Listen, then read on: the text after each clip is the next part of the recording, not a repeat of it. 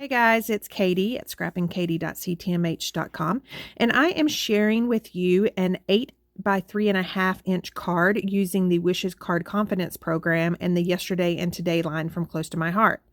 So this card program, there is an entire book that you could purchase, but this particular pattern, we as consultants are able to share on our blogs or social media. So I am doing that with my Facebook VIP group, and I decided I would show you how to make it as well. So the card base is going to measure 8 inches by 7 inches for a finished size of 8 by 3.5. So I am just trimming down some French vanilla cardstock to get that card base.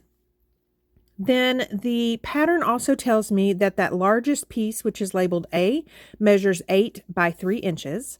So I have some Yesterday and Today pattern paper, and I'm going to trim that down to 8 by 3, making sure that I keep a corner that is really distressed because I want that to go in that top left corner of my card. Now, this particular pattern allows for a 1/2 inch piece to be seen of the card base, but I am going to actually use a patterned paper for that. So I've trimmed that down, and then now I'm going to trim down the focal piece, which measures 4.5 by 2.5. And again, that's going to come from the French vanilla cardstock that I used for the card base. And this piece will also be what I stamp on as well. Pardon me. So then the next piece for this card is a little strip of paper that's going to measure 1 inches by 3.5 inches. So I have pulled one of my scraps, again from the Yesterday and Today line, and I'm just going to trim that as close as I can to the 1 by 3.5. I was able to get the 3.5 inch, but that 1 inch, since I am working with a scrap, I'm going to have to go just a little bit less than 1 inch, but it's not very noticeable at all. So I'm going to trim that down. Another good reason to save all your scraps. And then I'm going to clean up all my scraps and then pull out my scoreboard so I can score that card base. So I'm using the Martha Stewart scoreboard, but you can use anything that you have around, or I know some cutters allow you to score as well.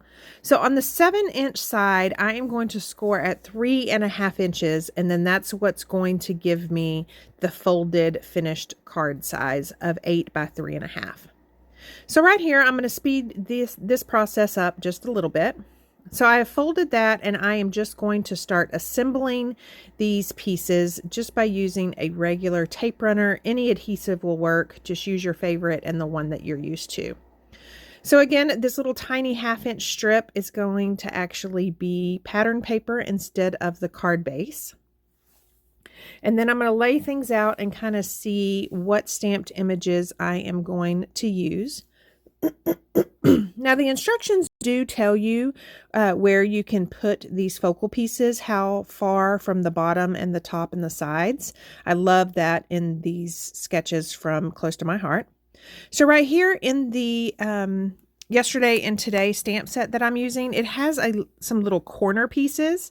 So I'm going to 2nd generation stamp these using espresso ink. And 2nd generation just means that first stamped image is going to be off my project, and that way it'll give me a lighter image on my project.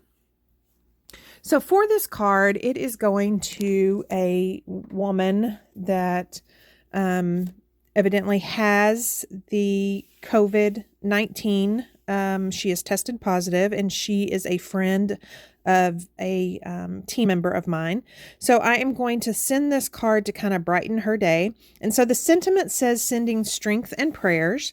This stamp set really is for sympathy, thinking of you, stuff like that. And I thought that this sentiment was perfect for her. So I have off camera, I have used the thin cuts that come with this stamp set to cut a flower and a bird. And for my flower, I have been using, I've been adding the color Smoothie to the Yesterday and Today line, and I love that look, so I'm going to stick with that. And then I am going to ink this little bird up in espresso ink. And while I love him, I'm just in the end, I just don't end up using him on the outside of the card. You'll see here in just a second where I do use him. So I'm just going to lay everything out, try to get the placement right of the sentiment as well as the flower. Here's where I decided not to use the bird. I'm going to pull out the leaf stamp that comes with this stamp set, and I'm going to ink it up in almond, which is a real subtle color, and I'm just going to stamp directly on my focal piece so these leaves look like they're peeking out from behind the flower. And so I am going to score this. So to add an elegant look, I like to score frames around my focal pieces. So this is just 1/8 of an inch all the way around, and here is a look at what it looks like. And so it just adds kind of an elegant look to this card, which I think that it needed. And so I am going to adhere that down onto my card front. And then decided to pop dot this flower, which I think adds dimension. So before I adhere down, I am just taking some sponge dauber ink from a leftover project, and I'm just going to sponge all the way around all these pieces, the card base as well as that focal piece, and then just adhere onto my card front. Again, this piece is probably 1 inch, maybe 1.25 inches from the top, and then flush to the left. And then the sentiment just goes right across with just a little bit left on the top of that focal piece. And then I am going to add some, this is burlap ribbon, and I am going to separate the strands. I learned this from one of my creative design team members, Carrie Simmons. She does this often. So you're going to see me kind of, I don't know, struggle with this for a little bit. And then I was trying to do it on memory on how she did it. But here in just a second, I figure it out. So I'm going to separate all the strands of that burlap ribbon, but you could also use jute, you could use twine, you could use anything you want to. I just love the look and the color of this white burlap ribbon.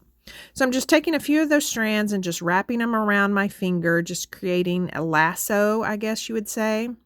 And then I'm going to take some glue dots and adhere that lasso down to my project. And then adhere that flower using some 3D foam tape.